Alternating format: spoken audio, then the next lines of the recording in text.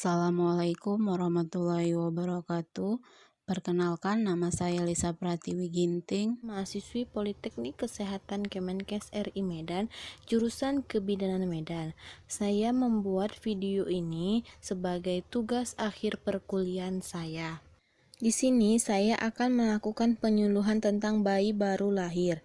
Bayi baru lahir adalah bayi yang lahir dari kehamilan 37 minggu sampai 42 minggu dan berat badan lahir 2.500 sampai 4.000 gram dan telah mampu hidup di luar kandungan.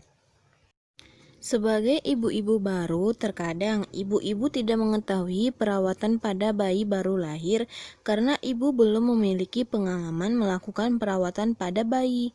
Di sini saya akan memberitahukan perawatan pada bayi, yaitu 1. Menjaga kehangatan bayi.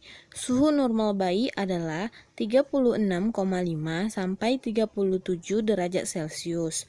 Menjaga kehangatan bayi sangat penting ibu lakukan agar bayi tidak kehilangan suhu hangatnya dan agar bayi tidak terkena hipotermia.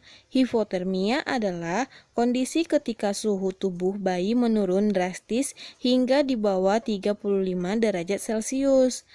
Hal yang harus ibu lakukan agar bayi tidak terkena hipotermi adalah 1. Menutup kepala bayi dengan topi, 2. Memakai pakaian yang kering, 3. Jangan lupa untuk selimuti bayi, 4. Suhu ruangan harus hangat, kurang dari 25 derajat Celcius, 5. Jangan ditempatkan di arah hembusan angin dari jendela, pintu, pendingin ruangan. 6. Sebelum memandikan bayi, harus disiapkan pakaiannya terlebih dahulu, serta handuk dan air hangat. 7. Setelah mandi, bayi harus segera dikeringkan dengan handuk dan segera pakaikan baju. 2. Perawatan tali pusat. Perawatan tali pusat ini sangat penting karena salah dalam cara merawat tali pusat bisa menimbulkan infeksi pada kulit bayi. Normalnya tali pusat akan mengering dan lepas dengan sendirinya sekitar 1-3 minggu setelah kelahiran. Sisa tali pusat harus dipertahankan dalam keadaan terbuka dan ditutupi kain bersih secara longgar. Pemakaian popok sebaiknya popok dilipat di bawah tali pusat. Jika tali pusat terkena kotoran, maka tali pusat harus dicuci dengan sabun dan air bersih, kemudian dikeringkan.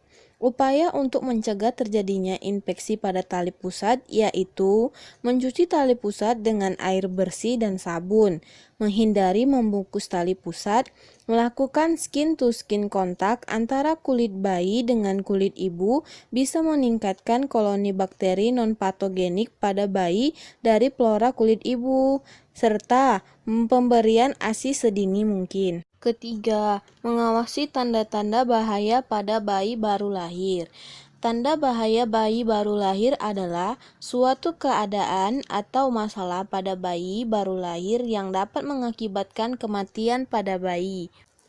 Tanda yang perlu Anda perhatikan dalam mengenali kegawatan pada bayi baru lahir yaitu 1. Bayi tidak mau menyusu. Anda harus merasa curiga jika bayi Anda tidak mau menyusu.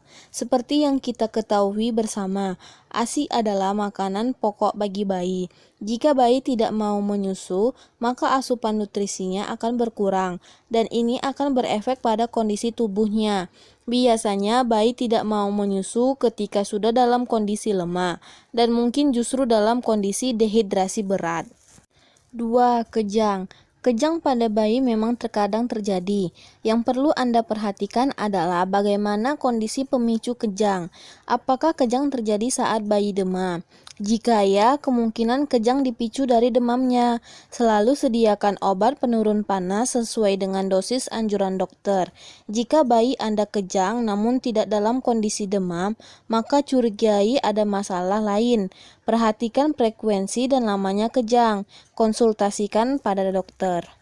3. Lemah. Jika bayi Anda terlihat tidak seaktif biasanya, maka waspadalah. Jangan biarkan kondisi ini berlanjut. Kondisi lemah bisa dipicu dari diare, muntah yang berlebihan, ataupun infeksi berat. 4. Sesak napas. Frekuensi napas pada bayi umumnya lebih cepat dari manusia dewasa, yaitu sekitar 30-60 kali per menit. Jika bayi bernapas kurang dari 30 kali per menit atau lebih dari 60 kali per menit, maka Anda wajib waspada. Lihat dinding dadanya, ada tarikan atau tidak. 5. Merintih. Bayi belum dapat mengungkapkan apa yang dirasakannya. Ketika bayi kita merintih terus-menerus walau sudah diberi ASI atau sudah dihapuk-hapuk, maka konsultasikan hal ini pada dokter. Bisa jadi ada ketidaknyamanan lain yang bayi rasakan. 6. Pusar kemerahan. Tali pusat yang berwarna kemerahan menunjukkan adanya tanda infeksi. Yang harus Anda perhatikan saat merawat tali pusat adalah jaga tali pusat bayi tetap kering dan bersih. Bersihkan dengan air hangat dan biarkan kering. Betadin boleh diberikan tapi tidak untuk dikompreskan. Artinya hanya dioleskan saja. Saat sudah kering baru Anda tutup dengan kasa steril yang bisa Anda beli di apotik. 7. Demam atau tubuh merasa dingin. Suhu normal bayi berkisar antara 36,5 derajat Celcius sampai 37 derajat Celcius. Jika kurang atau lebih, perhatikan kondisi sekitar bayi. Apakah kondisi di sekitar membuat bayi Anda kehilangan panas tubuh seperti ruangan yang dingin atau pakaian yang basah? 8. Mata bernanah. Nanah yang berlebihan pada mata bayi menunjukkan adanya infeksi yang berasal dari proses persalinan. Bersihkan mata bayi dengan kapas dan air hangat, lalu konsultasikan pada dokter atau bidan. 9. Kulit terlihat kuning. Kuning pada bayi biasanya terjadi karena kurang ASI. Namun jika kuning pada bayi terjadi pada waktu kurang dari 24 jam setelah lahir atau lebih dari 14 hari setelah lahir, kuning menjalar hingga telapak tangan dan kaki, bahkan tinja bayi berwarna kuning, maka Anda harus mengonsultasikan hal tersebut kepada dokter. 4. Perawatan bayi sehari-hari. Memberikan ASI setiap 2 atau 3 jam setelah bayi menyusu. Memandikan bayi cukup 1 kali sehari. Caranya, pertama, cuci muka dan rambut bayi dengan waslap. Kedua, gunakan air untuk membersihkan tubuh bayi. Ketiga, basuhkan sedikit air pada dada bayi, tepuk bayi dengan lembut, lalu balikkan bayi dengan posisi 4-1. Lalu gunakan waslap untuk membersihkan daerah punggung bayi. Setelah selesai, segera angkat dan segera pakaikan baju bayi.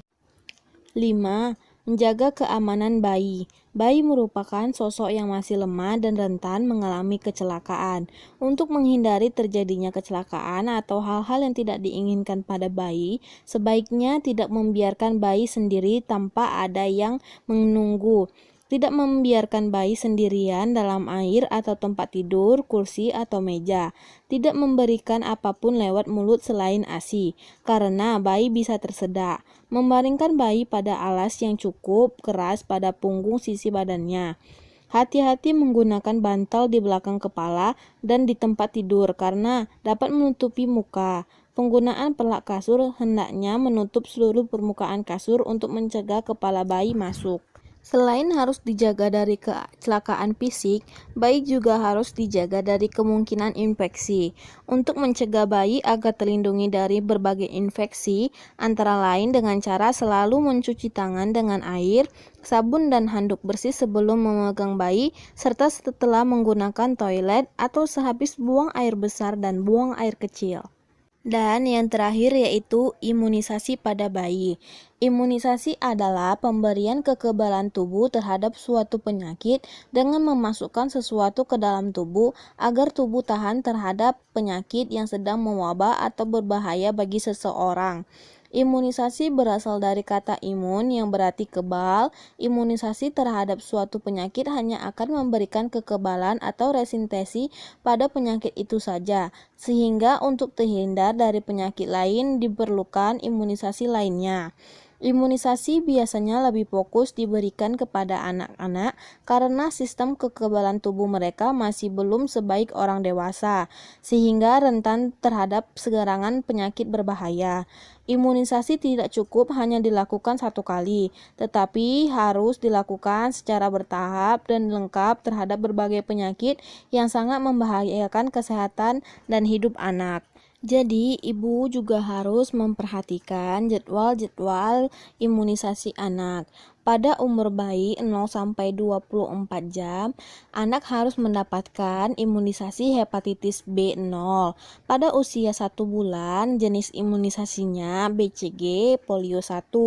Pada umur 2 bulan, anak harus mendapat imunisasi DPT, HB, HB1 polio 2.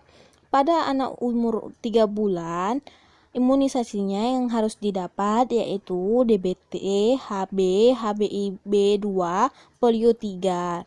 Pada umur bayi 4 bulan, bayi harus mendapatkan DPT, HB, HBI 3, polio 4, dan IVV. Dan pada usia 9 bulan, anak harus mendapatkan imunisasi campak. Semua itu harus diawali dengan pemberian suntikan vitamin K pada bayi baru lahir. Dan anak harus melanjutkan imunisasi lanjutannya sampai dia besar. Jadi ibu harus selalu memperhatikan jadwal imunisasinya. Anak harus imunisasi rutin lengkap karena dapat mencegah dari penyakit seperti imunisasi BCG mencegah penyakit TBC, imunisasi polio mencegah penyakit polio diberikan oral dan suntikan, imunisasi DPT mencegah penyakit difteri, batuk rejan dan tetanus, imunisasi HB mencegah penyakit hepatitis B, imunisasi campak mencegah penyakit campak. Imunisasi HIB mencegah penyakit radang selaput otak atau meningitis, pneumonia, radang saluran pendengaran atau telinga. Sekian penyuluhan yang saya berikan tentang perawatan bayi baru lahir. Semoga bisa membantu ibu-ibu untuk merawat bayinya. Dan terima kasih.